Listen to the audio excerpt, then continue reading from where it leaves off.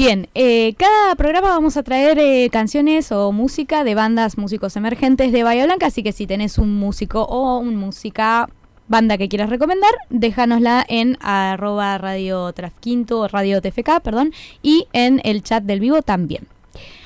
Bueno. Llegamos a la segunda parte del programa y vamos a presentar la primera columna de Radio TFK, Digitalmente, por David Bustosoni. David, buenas tardes, querido, ¿cómo estás? Hola, buenas tardes, ¿cómo están? En un principio, básicamente muy feliz de estar acá, porque, bueno, hay muchas cosas simbólicas y concretas, ¿no? Este tiempo de llegar a la radio nos llevó muchísimas horas de organización, muchas ideas, muchas idas y vueltas. Tal cual. Así que, bueno, me tocó en algún punto inaugurar este espacio, así que eso me pone muy feliz, especialmente acá en la universidad pública, con todo lo que esto simboliza.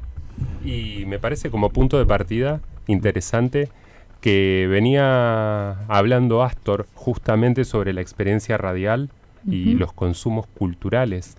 Y entonces cuando pensamos en eso, cuando pensamos en la radio, por ahí a las generaciones más jóvenes, y yo uso el plural de la primera, pero por ahí como Astor tengo lo propio, la verdad es que muchas veces como consumidores, bueno, buscamos estímulos y verdaderamente todas las transformaciones tecnológicas que han protagonizado en los últimos años nos dan muchas oportunidades de encontrar estímulos. Tenemos estímulos visuales, sonoros, la posibilidad de interactuar, reaccionar, ¿no? Tenemos los emojis que nos facilitan mucho la vida. Y todo es inmediato y todo es fácil, extremadamente fácil. Sin embargo, no necesariamente toda esa abundancia de posibilidades se traduce a una calidad de experiencia. Y es entonces ahí donde, por ejemplo, cuestiones como la alfabetización mediática nos ayuda mucho, porque entender el fenómeno de la comunicación como un ida y vuelta es muy importante y es una forma en la cual podemos desplazarnos de este lugar de consumo que, ¿dónde lo usamos generalmente? ¿Qué es un consumidor? Un consumidor es un cliente en una góndola. Sí. Es una palabra industrial de la distribución de bienes y servicios. Y la eligen muchas veces quienes, están en la cumbre de esta pirámide comercial. Pero desde el lugar de audiencias y también desde el lugar muchas veces de prosumidores, donde muchas veces también generamos, no solamente vemos o interactuamos con, tenemos esta oportunidad. Bien. Me gusta la palabra prosumidores. Sí. Bueno, entonces, ¿querés contarnos de qué va la columna del día de hoy? O bueno, primero de qué van las columnas de Digitalmente, por ahí en breves palabras, y la columna del día de hoy, ¿qué temática específicamente vas a tratar? Bien, un poco en línea con lo que se venía hablando sobre el tema de la precarización y tomando el punto de partida de la entrevista con Astor, que creo que estuvo bastante sabrosa, y entendiendo la precarización como un concepto en sí mismo al que le tenemos que por ahí brindar un poco de resistencia. A veces lo damos muy por sentado. Si buscamos la definición de precario, nos vamos a encontrar con varios sinónimos, entre esos efímero, es decir, algo que no va a durar en el tiempo, algo insuficiente, frágil. Claro. Y entonces cuando lo volvemos un verbo y decimos precarizar, si es algo efímero, entonces sería terminar, sería hacer algo insuficiente. Bueno, ¿qué significa precarizar? Y entonces tiene que ver con hacer las cosas precarias.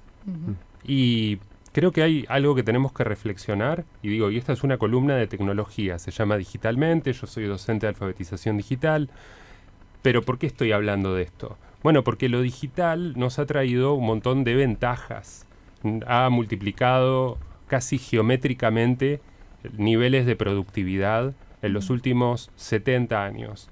Y cuando digo 70 años por ahí es como extraño, ¿no? No tanto, en realidad. Sí, cuando uno lo piensa, la tecnología de la que hablamos cuando hablamos de lo digital ya tiene sus años. Parece que no, pero es mucho tiempo en realidad.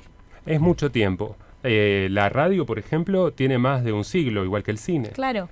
Y eso significa que los últimos 20 años no deberían ser parangón para evaluar nada. Deberíamos entender los últimos años como, bueno, unos años muy acelerados, Claro. donde ha habido transformaciones muy profundas, pero no necesariamente esas transformaciones han sido en beneficio del público, sino Claro. que han sido accidentadas por este ritmo acelerado, pero también tienen esta característica de que no las hemos elegido. Claro. Claro, además de que como son tan, entre comillas, nuevas algunas, no sabemos los efectos a largo plazo. Entonces estamos medio como que yendo un poco a tientas a ver qué pasa. Sí, también un poco por la rapidez con la que se dan, como estabas diciendo, en el último tiempo. Por ahí, antes, es como que uno podía ver los cambios y ahora no, de repente, pum, apareció esto y apareció el otro y se dejó de usar esto y empezó a usarse el otro, ¿no? Como que... Ya, Sí. Y uno piensa, por ejemplo, si en la época de Madame Curie se usaba el radio para todos, que al final terminó siendo todo súper tóxico, ¿qué estaremos haciendo ahora que en un futuro diremos qué locos que eran en esa época? Bueno, ahí es donde se pone interesante, porque estas sensaciones que estamos teniendo en 2024, bueno, no son muy diferentes de las que se tenían hace 100 años, y un poquito más también, porque ¿qué pasaba hace 100 años? Hace 100 años, poquito más de 100 años, bueno, se declaraba la Primera Guerra Mundial, y antes, a principio del siglo pasado, había una sensación de optimismo, porque había un desarrollo industrial enorme, que entonces era promisorio y había posibilidades nuevas. Y entonces... el progreso infinito. El progreso infinito, Ujú. ¿no? Todo eso que se denomina positivismo en la academia. Ahí está. Y ahora parece como que hemos caído nuevamente, por ahí no son diferentes los tiempos, sino que es diferente nuestra capacidad de retener y apreciar qué es lo que está pasando. Y entonces, de alguna manera, la precarización como fenómeno es un fenómeno que ha sucedido en paralelo con esta aceleración de la transformación digital. Ujú. La premisa entonces de esta columna de Digitalmente que traigo a este espacio cooperativo, autogestivo, vamos a decir, no rentado, porque todas las personas que estamos acá, ninguna está cobrando por esto, Ujú. y no necesariamente es lo mejor. De hecho, si alguien quiere aportar, Les es dejamos más que cafecito. bienvenido. Pero nos habla de lo complejo y lo diverso que es este fenómeno y la importancia de que volvamos a humanizarlo, porque si no terminamos hablando de tecnologías y confundiendo verdaderamente qué función tienen que cumplir. ¿De qué hablamos cuando hablamos de transformación digital? ¿De qué hablamos cuando hablamos de productividad? Si al final ahora pasamos de escasez de información a una saturación. Y ahora, si yo quiero enterarme qué es lo que está pasando, bueno, tengo que incorporar un montón de mecanismos defensivos para saber reconocer qué información es desinformación, qué información es tendenciosa en una tendencia negativa, si la pienso desde mis intereses, y otro montón de estrategias defensivas que tengo que adoptar como público, como audiencia, porque si no voy a ser manipulado. Y sobre todo, estamos en una transición histórica donde mucha de esta manipulación, mucha de esta intervención va a ser sintética. Es decir, antes teníamos operadores mediáticos que, como citaba Astor, replican lo que otros operadores mediáticos de la capital producen, o bueno, les dicen decí esto, y entonces Claro. ellos lo dicen. Ellos no trabajan autogestivamente y sí son rentados, no sabemos cuánto les pagan, es muy extraño. Pero hoy día nos va a pasar cada vez más, y esto por ahí la gente que juega videojuegos lo conoce, hay algo que se llaman personajes no humanos, Los NPCs. y los NPCs ahora van a estar en todos lados. Vamos a tener panelistas NPCs. Sí, también los bots, con la inteligencia artificial, ahora esto que se está buscando el reemplazo con la inteligencia artificial y todo es siniestro. Y la verdad es que nos vamos a encontrar en escenarios donde no vamos a saber distinguir Tal ante cual. ciertos discursos, bueno, ¿eso está siendo pronunciado por una persona o está siendo pronunciado por un sintético? Que pasó un montón, justamente en las elecciones del año pasado estuvieron los deepfakes, estuvieron por todos lados de los dos bandos, era deepfake IA con esto, IA con lo otro, con voces, con todo, era terrible. Ujú. No. Así que, entonces, la premisa de esta columna y la idea que por ahí pretendo ir a elaborar en el tiempo, mes a mes, porque es una columna que voy a estar haciendo mensualmente, es de, bueno, cómo podemos rehumanizar nuestro concepto de lo digital, profundizar un poco, porque justamente todo esto es posible.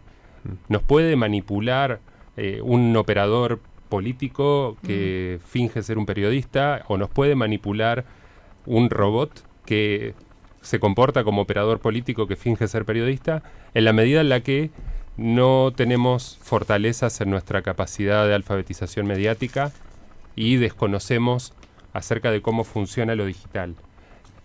Esa es la premisa necesaria, porque si no parece como que esto es apocalíptico, esto es negativo. Y si nos remitimos a lo que hablábamos hace un ratito nomás, hace 100 años se creía un montón de cosas y después vinieron 2 guerras mundiales. Sí, entonces, es cierto. Tal vez podemos evitarnos algunas cuestiones y, bueno, básicamente despertar y utilizar nuestro juicio crítico hoy día. Espectacular, David. Buenísimo, la verdad que es una columna súper interesante que esperamos tenga muchos programas porque tiene muchísimo para decir.